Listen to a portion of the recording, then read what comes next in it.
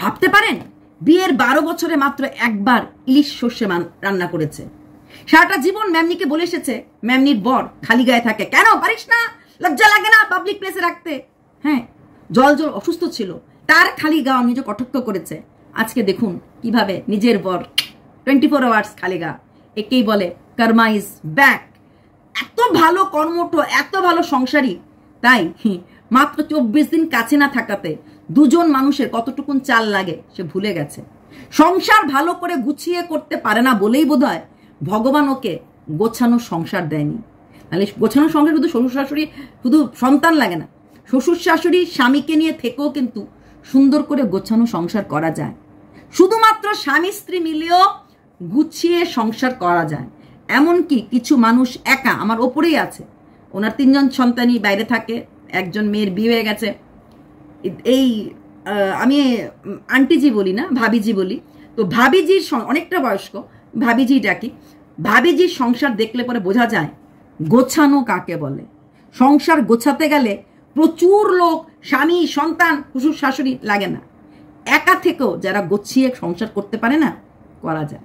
Actually সারাটা দিন ওই 3টে করে ভিডিও আর ব্লগ চ্যানেলে ভিডিও দেওয়ার জন্য জীবনে কোনোদিন কোনো কিছু শেখার চেষ্টা কোনোদিনই করেনি।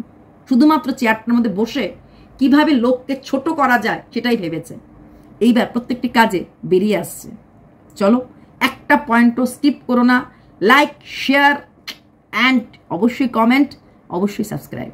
কে কে ইলিশ ইলিশ না দই ইলিশ রান্না শিখেছে? উফ, 12 বছর, বিয়ের 12 বছর পর একজন মানুষ দই ইলিশ রান্না করলো। কি যাতা বলছেন? ও বলেনি? হ্যাঁ, ও বলেছে। ও কি বলেছে? ওর বর বলেছে মনে আছে তোমার, তুমি একবার মানে 12 বছরের মধ্যে তুমি একবার দই ইলিশ রান্না করেছিলে। তো মানে 12 বছরে একবার দই ইলিশ রান্না করেছিলে। এবার বুঝে নিন সে কিরকম কর্মঠ বৌমা। আপনারা যারা উফ, তোমাকে দেখে ফিদা হয়ে যায়, উফ তুমি কি দারুণ কথা বলো, উফ। উফটার কারণটা কি দেখেছেন তো? হ্যাঁ, যখন যেই দিকটা নিয়ে মানুষ পড়ে থাকে, automatic practice makes man perfect. তো ও ওই দিকটা নিয়েই পড়েছিল, মানে কন্ট্রোভার্সি দুনিয়াটা নিয়ে পড়েছিল। কারণ বুঝে গেছে আর কোনো রাস্তা নেই রোজগার করার। তাই মানুষকে যা খুশি বলে না, মানুষকে নিয়ে ভিডিও আমিও করি, কিন্তু একটা মাত্রা রেখে। মানুষকে ছোট করতে গেলে মাত্রা। কালকে ও কি বলেছে? যে যেমন, যার যেমন নজর সে তেমন কথাই বলবে। হ্যাঁ, তাহলে তো ধরে নিতে লাগে ও দিনের পর দিন কনিকে নেতাদের সাথে শুয়েছিল। মনে আছে? যে যে কাজটা করে, যে যেটা অনুভব করে, মানে সেটাই অনুভব করে। তার মানে ও শুধু নেতাদের সাথে শোয়নি, ও ওর ননদকেও, মানে হাসি খুশি ম্যামনিকেও কিন্তু বলেছিল, যেই টাকা তুই রোজগার করিস এই টাকা আমিও রোজগার করি। তাহলে তুই এত বড় বাড়ি কি করে করলি? এমনি এমনি হলো? তোর একটা ভিডিও দিয়ে হয়তো সেই ভিউজটা পাস, আমার হয়তো 3টে, আমি ভুলিনি 2023-এর কথা, আমার হয়তো 3টে ভিডিও দিতে লাগে। তাহলে তোর রোজগারের উৎসটা কি? যদি না তুই কারোর কাছে শুতে যাস। হোয়াট টেকনিক, মানে ডেরোগেটরি কমেন্ট ছিল, ওরা সহ্য করেছে। তাহলে তার মানে ও যেরকম, ও জগৎটাকে সেই রকম দেখেছে, ও যেরকম সেইভাবেই জগৎটাকে তার মানে ওরও ইচ্ছে ছিল কারোর কাছে যাওয়ার, বা ও ওইভাবেই জগৎটাকে দেখেছে। আমি তো আর ও না যে ওর মতো বাজে কথা বলবো। কাকে নিয়ে করছি? অবশ্যই যে কালকে দই ইলিশ রান্না করেছে, আজকে সেই দই ইলিশের বাসি রেসিপি দিয়ে একটা মাত্র মাছের টুকরো দিয়ে বড় মশাইকে অফিসে পাঠিয়েছে। আর বড় মশাই সেই মাছ, এক টুকরা মাছকে, তাও এইটুকুন পিস, এমন না এত বড় পিস, সো এইটুকুন মাছের পিসটাকে আবার হাফ করে খেয়েছে। আবার কলিগও নাকি বলেছে খুব স্বাদ হয়েছে। তার মানে সেই কলিগের বাড়িতে বোধহয় কখনো ওই দই ইলিশ রান্না কখনো হয়নি। আচ্ছা, তারপর যেটা কালকে দারুণ কথা বলেছে, ঘর মুছতে মুছতে, আমি সেই পয়েন্টটা আগে বলবো। মানে একটা দারুণ কথা বলেছে যে সবাই তোমরা বলেছো ম্যান্ডিকে কপি করে কিছু করি। তোমরা যখন সবাই মিলে বলছো নিশ্চয়ই আমি ম্যান্ডিকে কপি করেছি, হ্যাঁ, কিন্তু তার মানে ম্যান্ডি জীবনে কিছু অ্যাচিভ করেছে। ম্যান্ডি সব কিছু ভুলে গিয়ে স্বামী সংসারের কাছে ফিরে এসেছে, নিজের ভুল বুঝতে পেরে ফিরে এসেছে এবং সেটাই ম্যান্ডি অ্যাচিভ করেছে। তাহলে কি ধরে নেব তুমিও তোমার কিছু ভুল বুঝতে পেরে বা কিছু ভুল কাজ করে বাড়ি ছেড়ে এসেছিলে, তারপর সেই ভুল বুঝতে পেরে আত্মসম্মানকে জলাঞ্জলি দিয়ে তুমি দৌড়েছ পোষ্যটার বাহানা করে ওই বাড়িতে গিয়ে সেটা ন্যাকামি মার্কা কান্নাকাটি করে মানুষের মনোরঞ্জন করেছ। হ্যাঁ হ্যাঁ, ওই ফেক সিঁদুর, অবশ্যই ফেক সিঁদুর, ফেক শাখাপলা। না তো তুমি সিঁদুরকে শ্রদ্ধা করো, না তো তুমি শাখাপলাকে শ্রদ্ধা করো। দেখো, শাখাপলা পরার থেকে বড় কথা তুমি কতটা সম্মান দাও। তোমার স্বামী তোমাকে কিছু জীবনে কিছু দিতে পারিনি, এটা তুমি বহুবার বহু জায়গাতে বলেছো। তাই সেই স্বামীকেই যখন সম্মান করো না, সম্মান দাও না, তার দেওয়া শাখা সিঁদুর বা এগুলি পরার কোনো মানেটা আছে কি? নিশ্চয়ই নেই। তুমি অ্যাচিভ করতে গেছিলে, তুমি অ্যাচিভ করেছো। হ্যাঁ, তুমি কি অ্যাচিভ করেছো? প্রথমত তোমার ক্রাউড ফান্ডিং নিয়ে যে ব্যাপারটা উঠেছিল, হামলা হবে বলে বলা হয়েছিল, সেখান থেকে তুমি নিজেকে বাঁচাতে পেরেছো। দ্বিতীয়ত তুমি তোমার মূল উদ্দেশ্য ফ্ল্যাটে এসে নিজের মন মাফিক জীবনযাত্রা যাপন করবে, বাপের বাড়ির লোক নিয়ে থাকবে, সেটা তুমি করতে পেরেছো। তোমার বাপ মা বোন এখন এসেছে, আগেও কামিং ডেজও আসবে। তার থেকেও বড় কথা, যেটা মূল উদ্দেশ্য, ফারিয়ার ভিউজটাকে ফেলে দিয়ে নিজের দিকে ভিউজ টানা।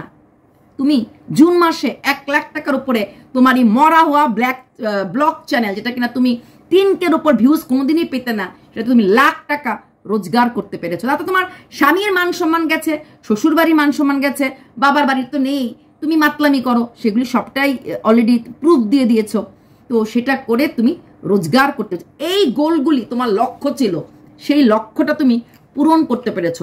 এর থেকেও বেশি, last but not the least, এটা মূল লক্ষ্য ছিল শ্বশুর শাশুড়ির কাছ থেকে তাদের ওয়ান অ্যান্ড অনলি সানকে আলাদা করে নিয়ে আসা। যদিও তো বেশি দিন থাকবে না, কারণ এখানে থাকতে তোমার ওই বাড়ি ভাড়া, ওই ফুলের আর বেলপাতার খরচ করা, তোমার এগুলি পোষাবে না। প্লাস এখানে বাজার করাটা তোমার বরের টাকাতেই হয়তো হবে, এটা তোমার পোষাবে না। ওখানে থাকলে শ্বশুরের টাকা, ইলেকট্রিসিটি বিল থেকে শুরু করে বাড়ির বাজারের টাকাটা শ্বশুর, তোমার যতই তোমার বর বাজার করে দিক না কেন, টাকাটা তোমার শ্বশুর দিতেন, এটা আমি জানি।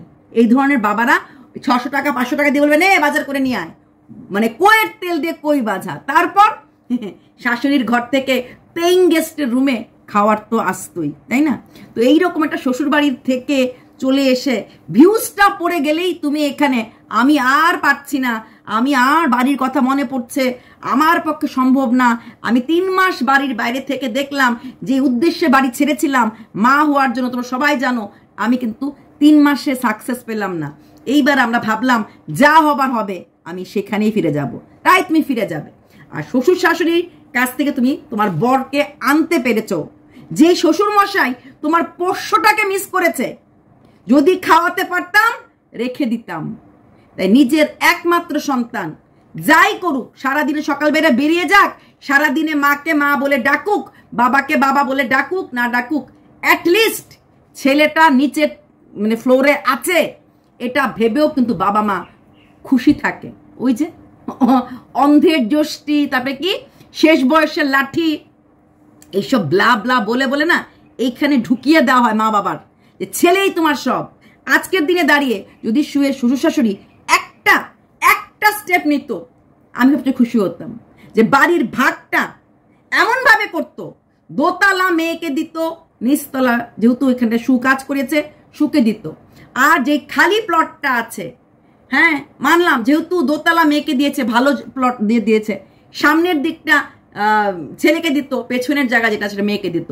এইভাবে যদি ভাগাভাগি করতো, মেয়েরও অধিকার আছে, যতদিন মা পেটে গর্ভে মেয়েকে ততদিন গর্ভে ছেলেকেও রেখেছে। জানি না বাড়ির ভাগ করার সময় কেন মা বাবারা ছেলেকেই মনে রাখে। শ্রাদ্ধ করার অধিকার যেহেতু ছেলেকে আমাদের ধর্ম দিয়েছে, তাই সবকিছুই ছেলে পায়। অবাক কাণ্ড। তাইলেই বোঝা যেত বাড়ির থেকে এনে ওই ভূতের গল্প বলে, হ্যাঁ, বাচ্চা হওয়ার নাম দিয়ে থাকতে পারতো কিনা। ভেবে দেখো, অ্যাটলিস্ট রাত্রেবেলা হলেও তো ছেলেটা উপরে যেত, দুটো ভাত হতো খেত, বা মাও হয়তো একটু বেশি করে রান্না করে ছেলেকে পাঠিয়ে দিয়ে খুশি হতো, যা বাবা আমার ছেলেটা আমার ঘরে যা রান্না হচ্ছে তা খাচ্ছে, ওইটা ভেবেও খুশি হতো। সেই সুযোগটুকুনও নিয়ে চলে আসতো না। না না না, মঙ্গলবার বা বুধবার ছেলেকে পাঠিয়ে দেওয়া হবে। কেন পাঠিয়ে দেওয়া হবে? কারণ বাবার টাকায় বাজার করার জন্য। বুধবার দিনও চলে গেছে, ওইখানে থাকবে, যেমন করে অফিসে যায় তেমন করে থাকবে। হ্যাঁ, বুধবার দিন সকালে যাবে, গিয়ে বাবাকে মাকে বাজার করে দিয়ে আসবে না, বাবার টাকায় সংসার চালানোর বাজার করার পর ওই টাকা বাবাকে বাজারটা দিয়ে বাকি টাকা, ওই যেমন গচ্ছা করে ইলিশ মাছ ওই বাকি মাছগুলি খাচ্ছে, ঠিক এইভাবেই নিয়ে আসবে। এটা হচ্ছে পরিস্থিতি, যে খাওয়ার খরচটা যাই হোক ওইখান থেকেই আসবে, কিন্তু বাকি 6 দিন এই বাবা মারা ছেলেকে দেখতে পারবে না। এটা অবশ্যই একটা অনেক বড় অ্যাচিভ করা। তো এই মেয়েটাই বলেছিল, আমি যদি চাইতাম অনেক দিন আগেই চলে যেতে পারতাম, ওর নিজের মুখের বলার কথা। এর জন্য আমি নিয়ে যাই নাই, কারণ এখানে ছেড়ে দিয়ে না তো ও ভালো থাকবে, আর ও ভালো না থাকলে আমিও থাকতে পারবো না। কারণ তখন ওর এরকম ইনকাম ছিল না, বাড়ির থেকে বেরিয়ে গিয়ে ফ্ল্যাট ভাড়া করে থাকার মতো রোজগার ওর ছিল না। এখন ওর সেরকম রোজগার পাতি আছে। তারপরে এই ভিউজটা আপে রাখতে রাখতে কয়েক মাস আলাদা সংসার করার যে এনজয়মেন্টটা অবশ্যই পাবে। দেখেছ আমাদের ভেরু দাদা আমি বলি না, আমি ভোদাদা ডাকি, ভোদাদা কেমন করে সারাদিন খালি গা থাকে। হ্যাঁ, যেই ফুল নিন্দে সেই ফুল পিন্দে, দিনের পর দিন হাসি খুশি ম্যামনির বরকে নিয়ে কম কথা বলেনি। হ্যাঁ, তোর বরটাকে তুই পড়াতে পারিস না, তোর বরটাকে একটা স্যান্ডো গেঞ্জি পরে রাখতে পারিস না, দিনের পর দিন বলেছে। এখন ওর বরটা খেতে বসেও খালি গা, ঘুম থেকে উঠেও খালি গা, হাফ উলঙ্গ। কারণ এইভাবেই ও জলকে বলতো, কনির বরকে বলতো, ওই আদা একটা প্যান্ট পরে বসে থাকে, মাইক্রো প্যান্ট বা ম্যাক্রো প্যান্ট পুলি পরে বসে থাকে। ঠিক, কিন্তু ওর বড় সেটাই করছে। ছেলেরা খালি গায়ে থাকে, এটা নিয়ে অনেকবার ম্যামনি বলেছিল যে আমার বর ঘরে থাকলে আমি কিছুতেই হাত কাটা গেঞ্জি বা কিছু পরাতে পারি না। আর দিনের পর দিন, কেন পারিস না তো ক্যামেরাতে আনিস কেন? এখন পাবলিক দেখছে না? যা ওরা করেছিল, ওই বোতল নিয়ে কনিকে বলেছিল, ও বোতল নিয়ে করেছে। কনি আর মেন্ডি পেটিকোট পরে নাই, ওদেরকে জুতো পিটা করেছিল, সেটা এখন ও নিজে করেছে। তারপর বরকে খালি, আহা গো, বর আবার সেলুন থেকে চুল কেটে ইয়াং পোলা হইছে, ইয়াং পোলা, 40 বছরের বেটা। বলে না, সিং বেঙ্গে বাছুরের দলে গেলেই সার বাছুর হয়ে যায় না।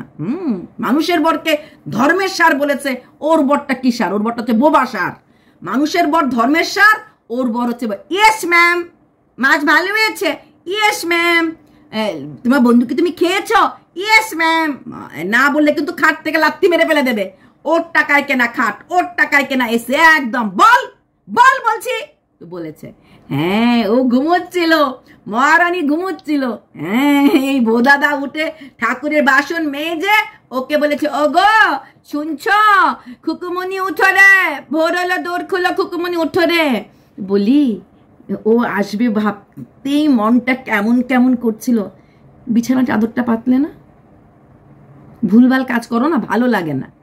হ্যাঁ, দুনিয়া তাকিয়েছিল, ওই বিয়ের বিছানার চাদর, ওই অফ হোয়াইট মশারি কই গেল? পাত নাই কেন? আর নিজে সাজতে পারে নাই? এই কামারি কামারি কামারি কামারি করে কিভাবে সেজে গুজে ভিডিও করেছিলে। সে আসবে, ইলিশ মাছ রান্না করেছো, তারপর মানে একটু মনটা একটু কেমন কেমন করছিল। এমন হয় 12 বছর পরও এমন হয়, সেটা বুঝতে পারেনি, তবে প্রথম দেখাতে এরকম হয়। তো ওই সেই একটা হাত কাটা নাইটি, পুরনো বোতলে নতুন জিনিস তো হইল না। আরে ভাই, ড্যাশিং সিনথেটিক শাড়ি পরে দাঁড়িয়ে থাকতে এই সেই বলতো, হাউ সুইট ইউ আর, হইল। আচ্ছা, তোমার পর প্রথম দিন যখন এসেছিল 2-3 মিনিটের জন্য ঢুকেছিল, ভালো করে ঘরটা দেখেনি, ঢুকেই কি করে জানলো ওকে ওইদিকে যেতে লাগবে, যে ঢুকেই ওইদিকে গিয়ে জিনিসটা রাখতে লাগবে, ওইদিকে গিয়ে ওকে হাত জুতো খুলে রাখতে লাগবে? কি করে বুঝতে পারলো? নিত্যি চরাচরি করে একদিন। আবার তুমি বলেছো তোমার পজিটিভ ভিউয়ার্সরা খুব খুশি হয়েছে, আর নেগেটিভ ভিউয়ার্সরা ভেবেছিল আরো কিছু বলবে। মোটেই না, নেগেটিভ ভিউয়ার্সরা সবাই জানে মোটামুটি তুমি নাটক করছো। হ্যাঁ, আলটিমেট তুমি এটা নাটক করছো, তোমার লাস্ট রেজাল্ট আসবে বিগ জিরো, কিচ্ছু হবে না। মানুষের ইমোশন নিয়ে খেলে, সিঁদুর নিয়ে খেলে তুমি আলটিমেট সাকসেস হতেই পারো না। ফ্যালোপিয়ান টিউব খুলে যাওয়ার পরও তুমি কিন্তু সাকসেস হওনি। কেন হওনি? কারণ ফ্যালোপিয়ান টিউব খোলার জন্য তুমি যে টাকাটা খরচ করেছিলে, সেই টাকাটা কারোর চোখের জলের টাকা ছিল। তাই 23, 24, 25 চলে যাচ্ছে, দিন যায়, সময় যায়, তাই তো আলটিমেট সাকসেস তুমি হতে পারোনি। কেন পারোনি? বাকি আরো সবাই তো যে যা করছে কোথাও না কোথাও সাকসেস পাচ্ছে। তোমার তো আজকের থেকে না, তুমি 2020 থেকে, মানে আমাদের থেকে অনেক আগের থেকে তুমি এই কন্ট্রোভার্সি করছো। এই বিগত 5 বছরে, 2021 থেকে 5 বছর, সরি আমি 20 বলেছি, 21 থেকে 5 বছরে সাকসেস পেয়েছো? পাওনি। লোকের চোখের জল ফেলেছো। আলটিমেটলি হ্যাঁ অ্যাচিভ তুমি করেছো। কি অ্যাচিভ করেছো? এসি অ্যাচিভ করেছো, তারপর ইসে অ্যাচিভ করেছো, কি বলে, এসি অ্যাচিভ করেছো, হাগাখানা অ্যাচিভ করেছো, তারপর কিচেন অ্যাচিভ করেছো, সাথে 2টা পুলিশের গুতা নিয়ে অ্যাচিভ করেছো, তারপর লিগেল নোটিশের ভেতা নিয়ে অ্যাচিভ করেছো, পাবলিকের কাছ থেকে অসংখ্য গালাগালি অ্যাচিভ করেছো। এইগুলিকে যদি অ্যাচিভমেন্টের একটা নাম বলা হয় বা অ্যাচিভমেন্টের একটা ক্রাউন পরানো হয়, সেটাকে অ্যাচিভমেন্ট বলে না। বাড়ির মান সম্মানকে ধুয়ে দিয়ে বলবে মান সম্মান তোর আমাদের নেই। হ্যাঁ তোমাদের নেই, কিন্তু তোমার বাপের নেই, তোমার শ্বশুরের ছিল। তোমার বাপের মান সম্মান নেই সেটা বোঝা যায়। এরকম মেয়ে যার ঘরে জন্ম হয়েছে তার বাপের মান সম্মান থাকতে পারে না, তোমার শ্বশুরের তো ছিল, সেটাকে খেয়ে ফেলেছো, জল দিয়ে গুলে খেয়ে ফেলেছো। এইগুলি তুমি অ্যাচিভ করেছো, এর নাম অ্যাচিভমেন্ট? এর নাম অ্যাচিভমেন্ট? এই যে নাটকটা তুমি করলে, শাখা সিঁদুর পরানো, কত পার্সেন্ট তোমার ঘরে যাওয়া, কত পার্সেন্ট সত্যিকারের মানুষরা বিশ্বাস করেছে? আর যারা অন্ধভক্ত, জেদের বসে না না এটা সত্যি ছিল, না সত্যি ছিল, জেদের বসে এরকম যারা সত্যি থাকার ভাবে, কিন্তু যারা সত্যিকারের নিজের ব্রেইনটাতে একটুও মানে রাস্ট পড়েনি, জঙ্কার পড়ে যায়নি, নিজের ব্রেইনটাকে 1% লাগায়, এটা কেউ বিশ্বাস করবে না। ঘরের তালা ছিল, চাবি ছিল, ঢুকে পড়েছ, হ্যাঁ, তারপর ঢুকে গিয়ে ন্যাকামি মার্কা হাগুখানার রান্নাঘর দেখিয়ে কান্নাকাটি করা, হ্যাঁ, তারপর মানে কি করে সব হতে পারে? তুমি গেছো উপরে তোমার বরকে, বাচ্চাটাকে তোমার দেখার জন্য পাগল, তুমি 24 ঘন্টার মতো ছিলে, 24 ঘন্টার মতো তোমার পোষ্যকে তোমার শ্বশুর শাশুড়ি এত ভালোবাসে, কয় মিনিট রেখেছিল ওই ঘরে ওপরে? যেদিন গেছো সেদিন, তারপরে কয় মিনিট ছিল? কয় মিনিট ছিল? কারণ কোনোটাই সত্যি না। ওরা ভালোবাসে, তুমি রাখোনি। ওরা চায়, তুমি দাও না। ওরা সব কিছু করার জন্য বাহে ফেলে রেখেছে। আমি চাই যতজন তোমার ভিউয়ার্স, তোমার ভক্তরা তোমাকে একান্ত আপনভাবে ভালোবাসে, তাদের ঘরে তোমার মতো যেন একটা করে ছেলের বউ আসে, বা তাদের ভাইয়ের বউ যেন তোমার মতো হয়। তাদের মা বাবারা কত কষ্ট করবে তখন ওদের মনে পড়বে। যেমন এখন আমার মনে পড়ছে একটা সময় তোমাকে আমি কতটা ভালোবেসেছিলাম, কতটা বিশ্বাস করেছিলাম, কিন্তু আজকে দাঁড়িয়ে মনে হচ্ছে যে তুমি কতটা নোংরার নামতে পেরেছো। তারপরও বুক উঁচিয়ে কথা বলছো। অ্যাচিভ, ম্যান্ডি অ্যাচিভ করেছে। ম্যান্ডি হুলের জন্য বাড়ি ছেড়ে গেছিল, তুমি কার জন্য বাড়ি ছেড়ে গেছো? কথার পৃষ্ঠে কথা আসে। ম্যান্ডি হুলের জন্য বাড়ি ছেড়েছে, স্বীকার করেছে। তুমি স্বীকার করো, বাচ্চা কেন ছেড়ে চলে গেছিলে? বাচ্চার জন্য। বর রাজি হচ্ছিল না, এখন রাজি হয়ে গেছে। ওই টুকটাকটা শিওর, তাহলে এখন বাড়িতে বেশি যখন তাহলে মা হয়ে যাবে। এই যে মানে এক্সট্রা জিনিসগুলি খেললে, বিছানার চাদর ব্লা ব্লা, ইস মনটা তোমার হুরু হুরু করছে, আসছে। আর পোষ্যটা তুমি বলেছিলে না ডিপ্রেশনে যায়নি, কিন্তু দেখো বাবাকে পেয়ে, তুমিই বলছো অন্য সময় চুপচাপ বসে থাকে এক কোনায়, বাবাকে পেয়ে আজকে ওকে আটকানো যাচ্ছে না। এটা হচ্ছে খুশি, এটা হচ্ছে খুশি। ও এই ফ্ল্যাটে থাকতে চাইছে না, এই দরজা বন্ধ জীবনটা ওর ভালো লাগছে না। ওইখানে ওই যে বারান্দাতে ঘোরাফেরা করে, হাঁটাহাঁটি করে, ওইটা ওর প্রচন্ড পছন্দ। এই জায়গাটা বাবাই থাকবে। তোমার বাবা যখন এসেছিল তখনও পোষ্য তো খুশি হয়েছিল, কারণ বাইরের থেকে কেউ আসলে ওর ভালো লাগে, ওর একটা হাওয়া মনে হয়। আর তোমার কাছে থাকাটা ওর কাছে একটা মনে হয়, ওই যে টিচারের যেমন থাকে স্কুলে, বাচ্চারা যখন স্কুল থেকে বেরিয়ে যায় একটা খোলা হাওয়া। টিচার কি স্টুডেন্টটা খারাপ চায় না, কিন্তু প্রচন্ড ডিসিপ্লিন, প্রচন্ড স্ট্রিক্টনেস বাচ্চাদের ভাল লাগে না। বাড়িতে গেলে মা বকে, মাও টিভি অফ করে দেয়, তারপর একটা খোলা পরিবেশ, সেই পরিবেশটা তোমার কাছে এখানেও পাচ্ছে না। বুঝতে পেরেছ? বুঝতে পেরেছ? আচ্ছা, তারপর কিরকম সংসারের কাজে কর্মে নিষ্কর্মা মহিলা একটা, ও চাল মাত্র 24 দিনও চাল নেয়নি, ও ভুলে গেছে দুজনের ভাত রান্না করতে গেলে কতটুকুন চাল লাগবে। বুধবার দিন গিয়েও বেশি ভাত গড় দিয়ে দিয়েছিল, আবার কালকে রাত্রে মানে লাস্ট দিন রাত্রে ভাত করেছে, সেখানেও চালটা বেশি হয়ে পান্তা ভাত রয়ে গেছিল। ওই যে মানে ভীষণ ভালো সংসারী, চাল কতটুকুন দুজনের জন্য লাগে সেটাও বুঝতে পারিনি, সেটাও জানে না, তাই 24 দিনে ভাত রান্না ভুলে গেছে। 12 বছরে ইলিশ সর্ষে রান্না একবার করেছিল আর দ্বিতীয়বার করলো, নিজেই বলেছে, বর বলেছে একবার। তাহলে এবার ভেবে দেখো ও কতটুকুন সংসারী। তারপর বরকে সেই বাসি তরকারি দিয়ে দিল 1 পিস মাছ দিয়ে। তারপর সকালে যখন খেয়ে গেল, আলু ভাজা করার পর ও 4টে মাছের পিস নিয়েছে রান্না করার জন্য। আর রংটা দই, যে কোনো দই কাতলা, দই সর্ষে, দইটাও পোষ্যর জন্য যদ্দূর আনে এর থেকে বেশি নিজে খায়। আর দই সবসময় মনে রেখো তরকারিতে একটা কালার দেয়, দই আর যদি কাশ্মীরি মির্চি দাও না ফাটিয়ে দিলে যে কোনো রান্নাতে একটা কালার দেয়, ও সেটাই করছে। আগে তো দেখাতো না এই দইয়ের কালারটা, কারণ এখন দেখাচ্ছে। পারতো না ফ্রিজ থেকে একটা মাছের ভাজা করে দিতে? 8টা 10-এ ঘুম থেকে উঠে 9টা 9:30-এর মধ্যে ওকে খাওয়ার করে দিতেই ও হাঁপিয়ে যাচ্ছে।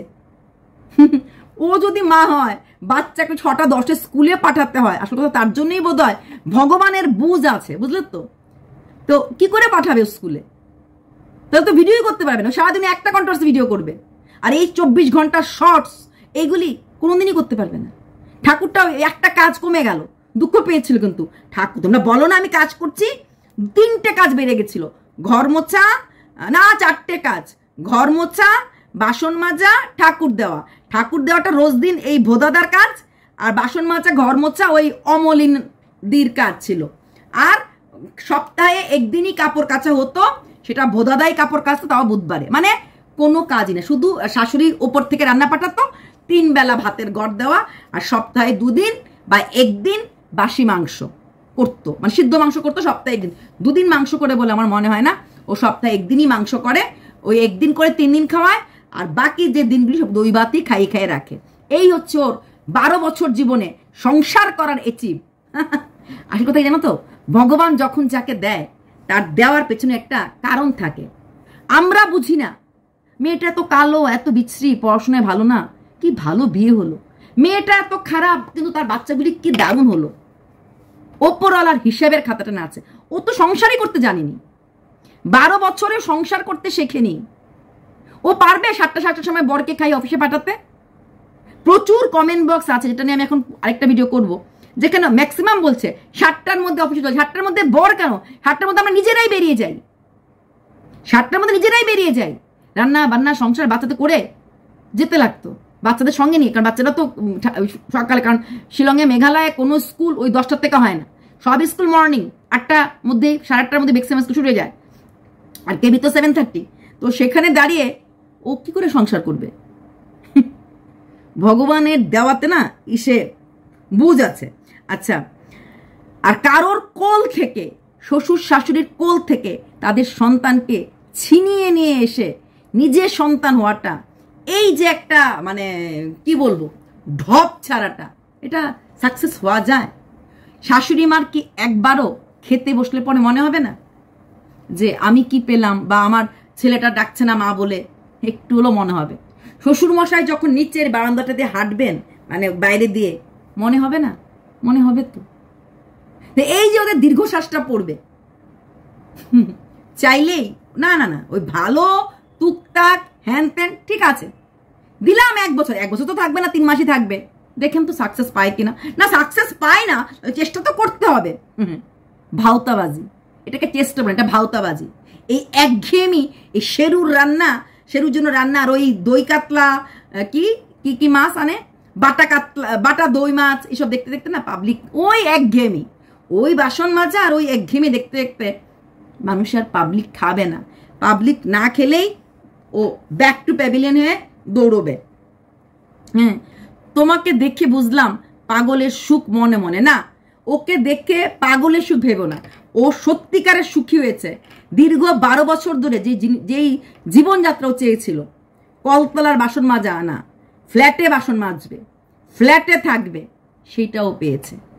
সুখ বাপের বাড়ির কাছে। আচ্ছা, কালকে অনেকে আমাকে লিখেছিলে, কালকে আমি ওকে কোনো ভিডিও করিনি, দিদি ওর বাড়ি মসলন্দরপুর না। আমি তো বলিনি, প্রথম দিন ও ধোকা দিয়েছিল, দ্বিতীয় দিনই আমি বলেছি ওর বাড়ি মসলন্দরপুর নেয়নি, ও হাবড়া বাড়ি করেছে। তার জন্যই বারবার বলছিল অশোকনগর অশোকনগর অশোকনগর।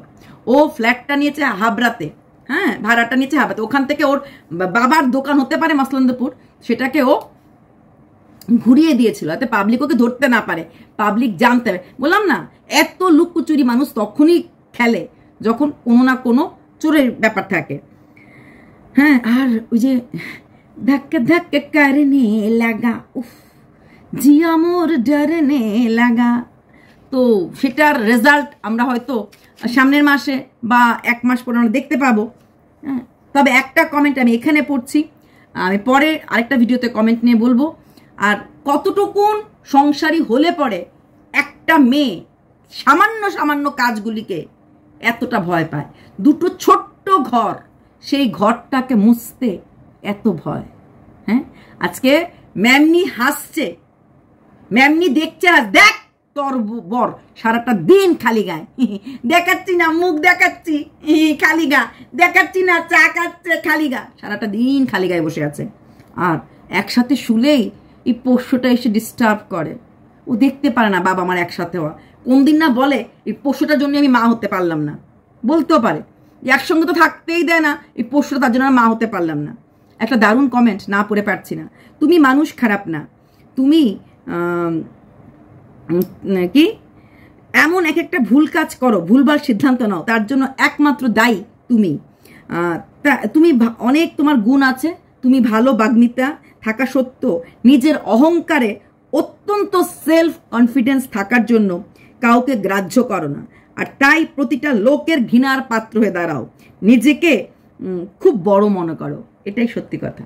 ও বলেছ কন্ট্রোভার্সি ক্রিয়েটার আমার মতো, কই দেখি না তো কাউকে। ওই সত্যি নিজের উপরে মানে ভরসা থাকতো নিজের এই ঠোঁটের উপরে, তাহলে কিন্তু ব্যাগ উঠিয়ে, শুধু ম্যান্ডি না, মোয়ের বাড়িতেও গেছিল, মোয়ের ইউটিউব মিটআপেও গেছিল, চোপাকেও খবর করে, চোপা ওর কাছে আসেনি, ও চোপাকে খবর করে ফেসবুকে নক করেছিল, ম্যান্ডি ওর কাছে আসেনি, ও নক করেছিল।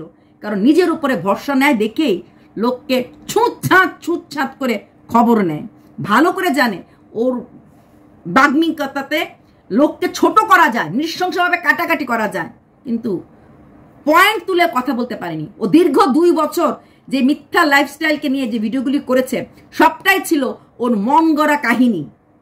ওকে, তারপর ম্যান্ডিকে নিয়ে, ম্যান্ডি অন্যের সাথে আছে জানা সত্ত্বেও বলেছে পরকীয়াকে সাপোর্ট করি না, অথচ ম্যান্ডি ওর সামনেই অনেক কিছু করে ফেলেছে, সেটা তো ওর কাণ্ডজ্ঞান ছিল না। তারপর ওর কি গুণ ছিল, শুধুমাত্র ম্যান্ডির কল রেকর্ডিং ছেড়ে ছেড়ে ছেড়ে ছেড়ে রোজগার করেছে। এটাকে আপনারা বলেন কন্ট্রোভার্সি ক্রিয়েটারের গুণ? সেলুট আপনাদেরকে। প্রত্যেকটি মানুষকে রক্তাক্ত কিভাবে করতে লাগে, এটা যদি কোনো কিছু কোয়ালিটি হয়, সেলুট। বাই।